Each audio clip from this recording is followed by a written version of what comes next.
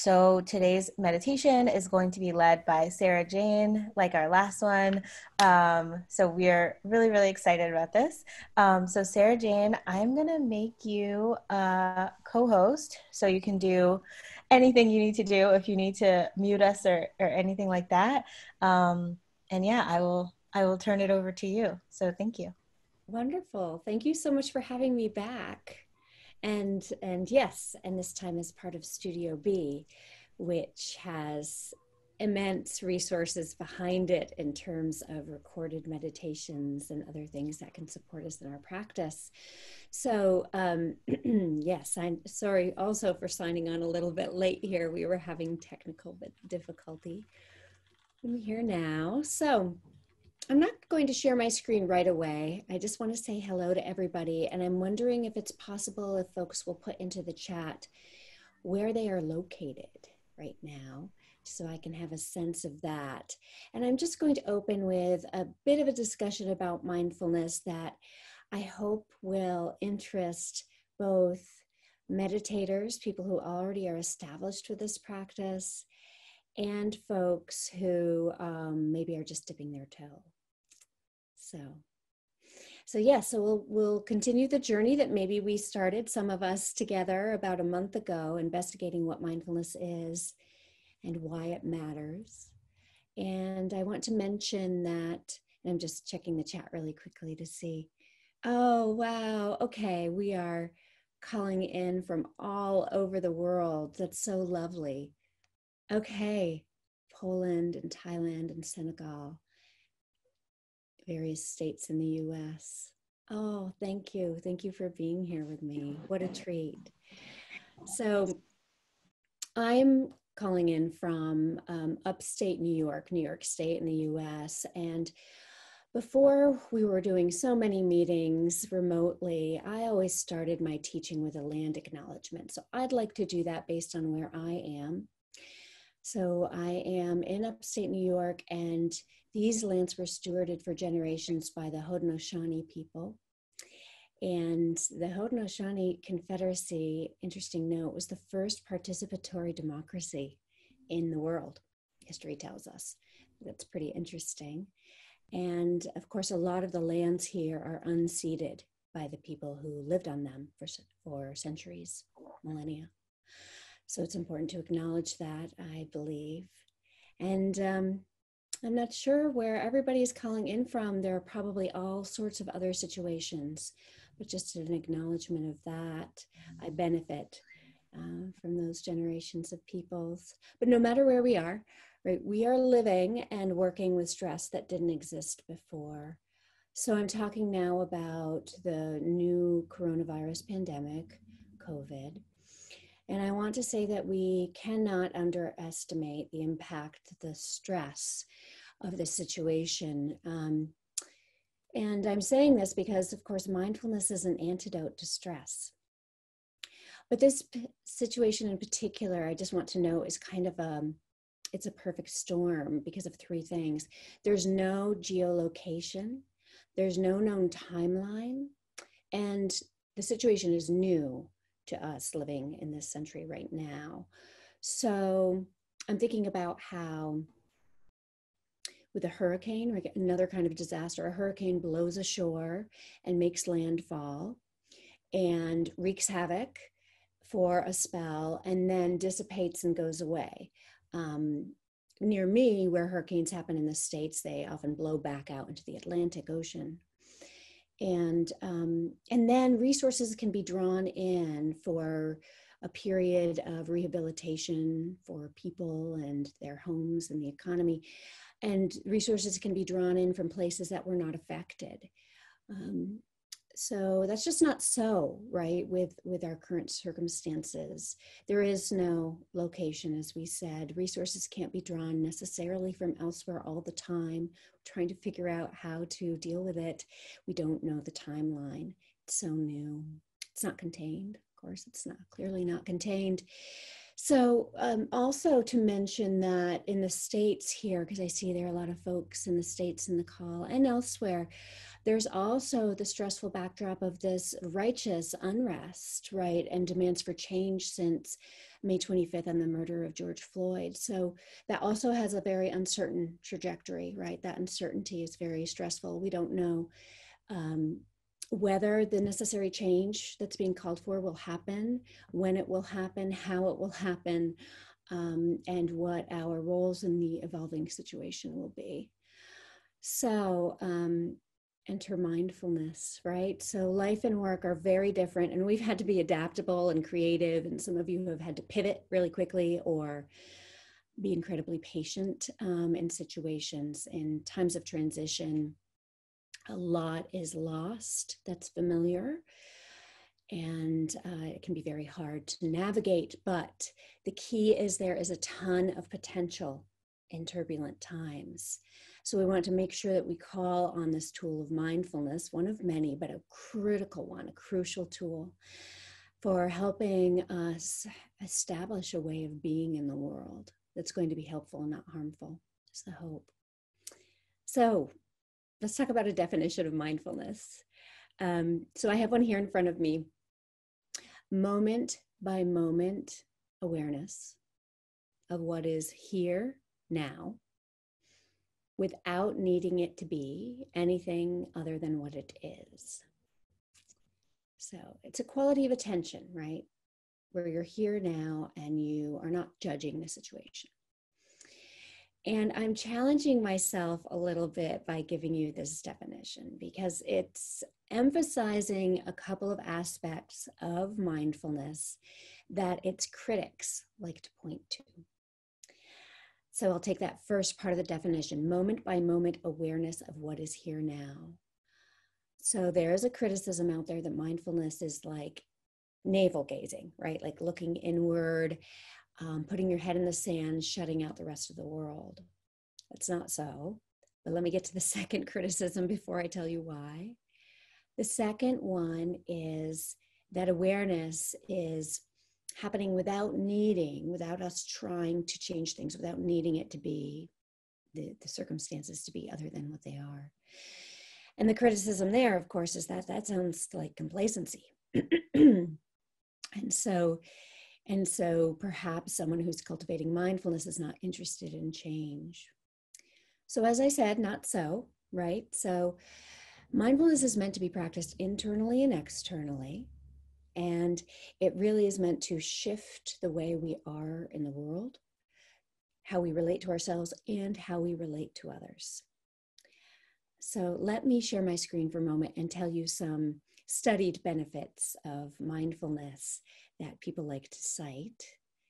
And these are from really interesting studies. If we had more time, we could talk about what some of these studies look like and what they've shown, maybe another time. But for now, and maybe some of you who are meditators have experienced some of these things. Physically, it boosts our immunity and changes our relationship to chronic pain. And also just, it can help us attune to the physical body, right? Like knowing those signals from the body when we're hungry, when we're tired, and really paying attention and honoring those things so we can take better care of this body and be in the world using it. Emotionally, it helps with self-regulation of emotions and also builds our capacity to tolerate more feelings, more difficult feelings, so we can be with discomfort without falling apart. Mentally, trains up focus and concentration. It supports creativity and it makes us better problem solvers. Yeah. Professionally, of course, because you're all colleagues joining this call, thought I'd mention that it is meant to increase productivity and support goal setting and cooperation in teams. And it supports us in contributing to workplace culture actively. Interpersonally, of course, it makes connection feel more possible and builds empathy. In fact, there's a whole sister practice of compassion to mindfulness that really builds on this quality of mindfulness and patience. So there are many more, but I thought I'd drop those last three in there because they just seem like together they can really make a difference in how we are, how we relate to other people. So, another slide. So during crisis, mindfulness can help us do three things. It can help us monitor what's going on so we can know what's happening, see it clearly without being clouded, without being, well, hopefully influenced by our own biases or others' agendas. And it helps us moderate, right? Self-regulate our emotions and our responses to situations, and overall manage ourselves in context. So, as you know, studies show it builds resistance to stress. So we are not falling apart all the time. We can certainly be moved, but we might be able to be a little bit of the steadiness. We can be composed amidst the storm, making ourselves available to others. So let me switch our slide here. How to practice. Let's practice together. So just want to note that I kind of break down practice in two ways. Formal meditation practice is when we set aside a time and space. We might use a timer, a recording. Some people would consider it sacred. It's something you might do regularly. And micro practices are mindfulness breaks. They're kind of as needed exercises that can support us through the day during some sort of emotional flare up or difficult situation that arises. So I'm going to stop my share so that I can see all of you again. And I'm going to grid view. Let me see. You can see everybody's faces. So we're going to practice together. And so for this practice, I want to invite you to get into a physical position where you are going to feel stable and steady. That might for you mean lying down. That's absolutely fine. The Buddha, the original meditator, not really, but he's the one who made mindfulness famous and developed it and taught it, and it spread because of him. He taught meditation in four postures: sitting up, standing, walking, and lying down. So I invite you, we're all in different places in the world and in different places in our day. So if you're overly tired, this is going to seem a little odd, but I'm going to actually suggest you sit up because that will add a little alertness to your meditation. But if you are busy, if you took a break to do this with your coworkers and me for this half hour, and actually your mind is really busy with other things and you've got a mile-long to-do list, in that case, I invite you to lie down. Because the idea there is that we're going to antidote that busyness and sort of create conditions, hopefully, for more ease. Okay? Wherever you are, whether you're lying back or sitting up, make sure you're comfortable, you have the supports you need. It's nice to have a tall spine. As you meditators know, that's something that our posture, if we are sitting up, is something that develops over time. Okay. So you might close your eyes, rest them in any case. If you don't want to close them, not a problem. Just keep your gaze low and on one thing, soft and steady.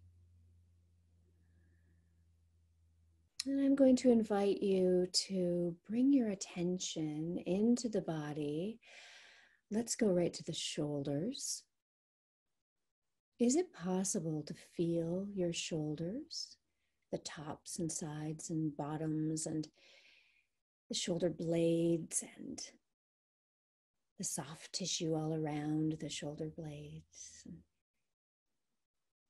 Of course, I'm choosing this location because so many of us carry tension here. Is there any tension here you can easily let go of? If so, do. And then you might be left with just feeling sensation. It might be mild, but there might be a sense of tingling or buzzing, a sense of density or space, warmth. Feel your shoulder areas from the inside out.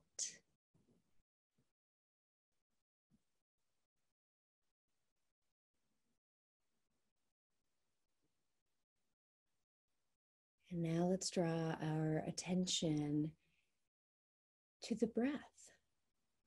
Wherever the breath is most easily detected for you. That might be the belly, the chest, the nose.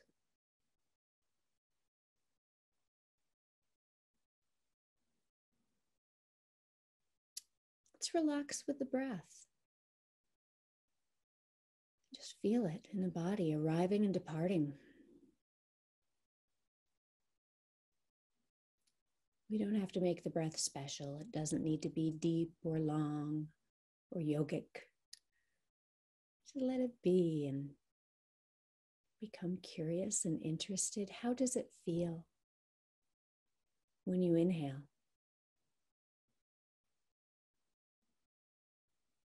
How does it feel when you exhale?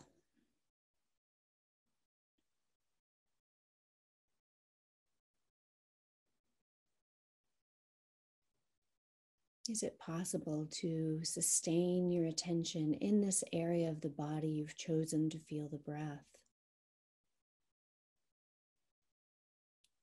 Tracking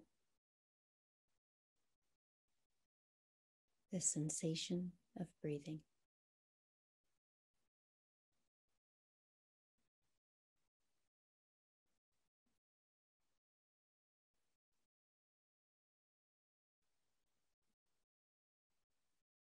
Might be subtle. And your thoughts might be much more compelling. This is how it is. We all become distracted. Our mind wanders away over and over. So as meditators, one of our actions is to draw our attention back, be kind to ourselves, maybe a little smile. Oh, yeah, I was elsewhere. Find the breath again. Begin again. Get curious again. Relax with the breath.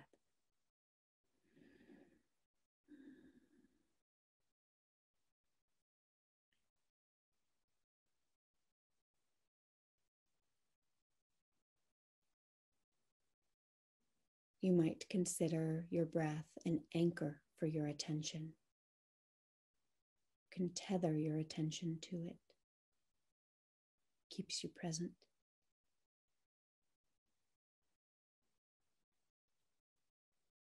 You might be really noticing that your breath is kind of shallow, or maybe it's deep, or it might be fast or slow.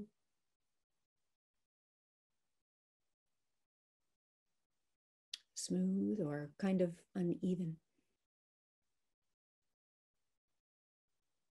Not a problem.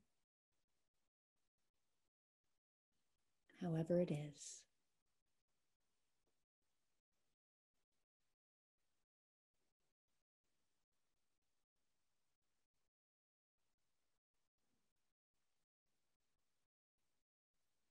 So when we settle, we notice that in addition to the breath, there are other things happening in the moment internally. Sensations in the body, thoughts and emotions arise and stay for a while and maybe fall away. Particularly if we don't feed them, we can watch them come and go.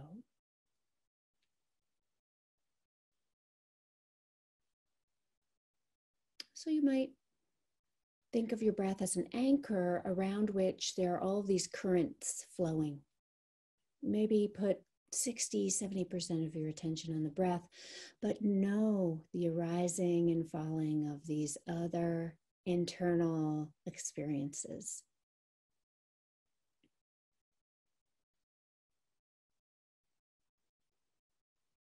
This is how things are.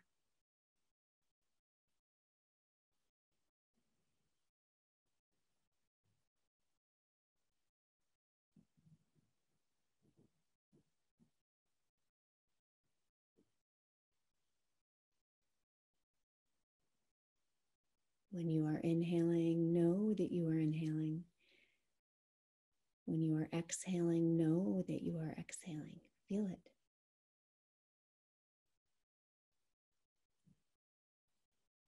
When a thought arises and wants to catch your attention, know there's thinking.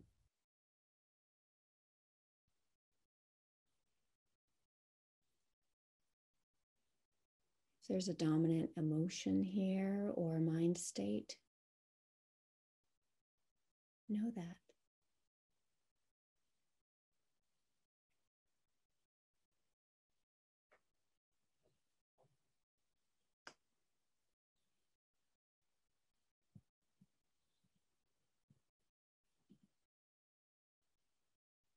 Remember to be kind to yourself and return to the breath.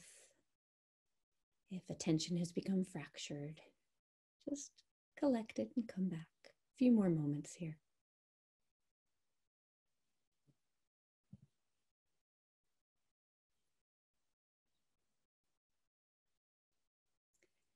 And before the meditation ends, I invite you to switch your anchor to sounds. There's the sound of my voice, perhaps other sounds coming from my space to yours, but sounds around you from near and far as well. Notice the arising and falling away of sounds for a few moments, just as a little experience with an external anchor.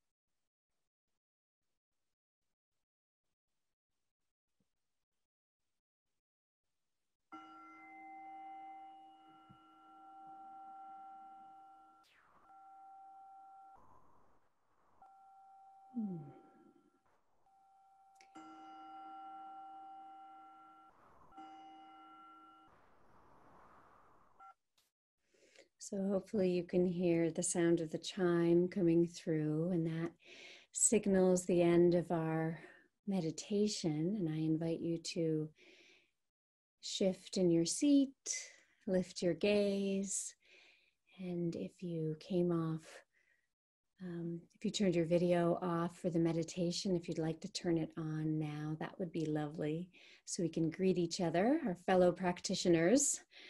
And I know about this group, some people with quite a bit of experience and others coming to it for the first time. So I want to quickly mention how we can spend time together for the next 3 sessions if you'll be attending. If that's okay, just wanted to mention the titles of those. So next week, anchoring and balancing. So I gave you a taste of that in our meditation, but I'd like to describe that technique for you and why it's so helpful and give a little more context.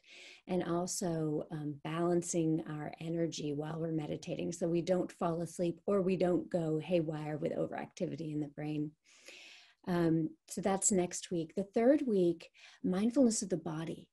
So that meditation we just did took place in the body, but there are lots of other ways to practice mindfulness of the body, which is a key practice for grounding ourselves, which is very important in these times and can be a foundation for how we act in the world. And the fourth session, a couple of different things. Number one, micro practices, the in the moment, like 1 minute long practices that are so practical and supportive of daily life. Also how you can live mindfully generally, and also a little bit about the sister practices to mindfulness, compassion practices. So that's what I'm hoping to do if you'll join me. And at this point, I'd love to open up for questions. We have a couple of minutes left, and I'm not sure if it was announced. We have my partner teacher, Mariah, here is a French speaker. So if anyone wants to ask their question in French, if that would be easier, that would be fine. And not just questions, but comments. What was that experience like for you? Or do you know something else about mindfulness you'd like to share? I'm sure there's a lot of wisdom in this group. So I'd love to hear your voice.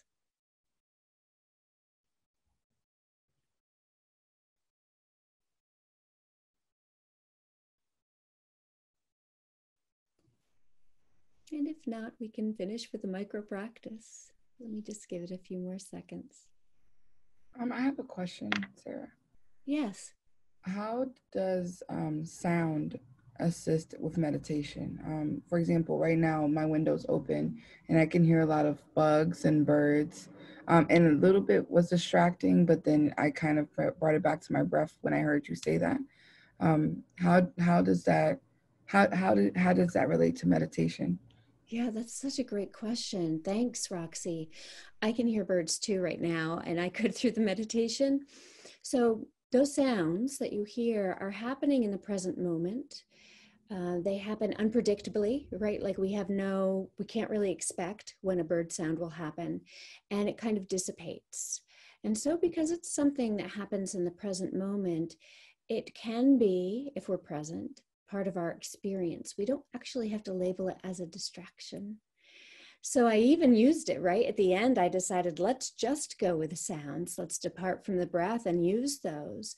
There's this way with sound meditation in which you need to remain soft and open. You hear something, avoid making a story about it, right? Like a siren goes by, I'm always like imagining what the truck looks like, or imagining what the bird looks like, or relating it to my life. But if we can pause and avoid all of the thinking around the sound and simply experience the sound, when it goes away, remain open to whatever else is going to arise in terms of sound in the next moment. It's an interesting exercise. Anyway, that's a little bit of my experience with it. How does that land for you? Did that help? Yes, it does. Thank you. Thank you. I wanted to know if I was allowing it to, like I said, maybe labeling it as a distraction is not good, and so I'll label it differently and just try to allow it to kind of amplify my meditation. So thank you for clarifying. But Yeah, I was like, sure. maybe I should close the window, but I was so into what the meditation that I didn't want to stop, but I was able to pull it back. So thank you. That's awesome, Roxy. Yeah, I love the way you described it. You can allow sound to amplify, like what it's like to be in the present, right? Yeah. Yeah, nice. I mean, there are lots of different methods of meditation, and one might be that we're strictly trying to focus on the breath and crowd everything out. But that's not what I was leading today, you know. So I'm glad that you were able to use sound. Yeah. Thank you. Thank you. Anyone else? Great. I have a question just to go along the sound, because in my case, I have my window open as well, and like there's construction going around, and like you can hear birds, etc. But when you said to anchor in the sounds, I just chose one sound to focus on. I don't know if I was supposed to let in all the sounds or just focus on one. Yeah, great question. So I guess the invitation in my mind was to focus on all of the sounds, like just receive them. But I really like that idea of focusing on one, like determining that there's one texture that you keep receiving, like maybe it's drilling or something from construction, Yeah. and then just sort of noticing when that's coming and going. I think that's Yeah. brilliant. I do. I think that's brilliant. And you'll see as we move along that there's so many methods in meditation, but also we have our own wisdom, we have our own instincts, and you should follow those as well. Meditation is a living thing. It's been around for thousands of years, and it has developed and grown, and the methods have changed. So do not be shy. about using it in a way that makes sense for you. What a cool idea. Yeah, thanks for that. Did that help? Yeah, it definitely helped because I felt like other sounds were kind of distracting and were not I don't know how to say it, but they were unpredictable. Yeah. So a bird might I can hear one bird sing something, then I can hear another sound, but I knew that pounding from the construction was reoccurring and that it was consistent. So I just focused on that one, and yeah, that was my anchor. Yeah, yeah. I heard a story once about an astronaut who was in space in some sort of capsule where there was like a sound that just kept occurring, like some sort of machinery over and over and over. And he realized it was incredibly annoying to him. And he realized that in order to remain sane, he was going to have to learn to love that sound. And Yeah. that always stuck with me. It kind of reminds me of what you just said. Yeah. Yeah, and we'll get into what it's like to deal with pleasant and unpleasant things that are arising in our environments and in our inner environment and our outer environment too as we go along. Yeah, cool. Thank you so much. Mm-hmm.